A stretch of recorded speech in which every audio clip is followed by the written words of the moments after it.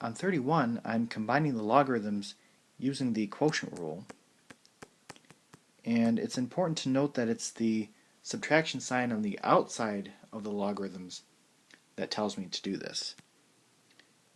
The subtraction signs on the insides of the logarithms, those don't tell us anything because we don't have a rule for subtraction signs on the insides of logarithms, just the outside, and that's the quotient rule.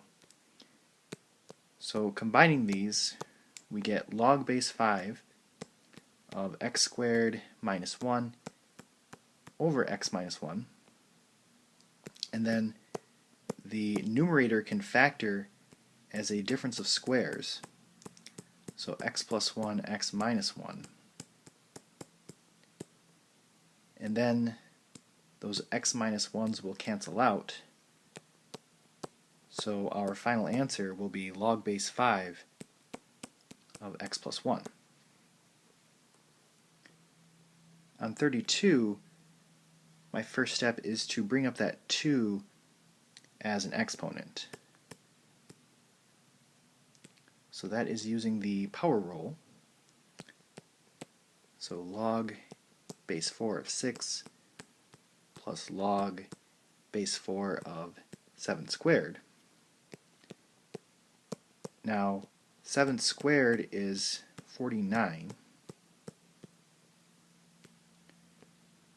And then I want to combine these two using the product rule. So we have log base 4 of 6 times 49.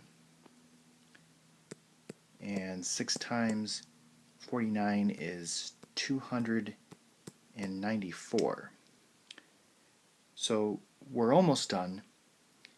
Because we have a regular number as the base and on the inside of the logarithm, we need to double check that 4 raised to a whole number is not equal to 294.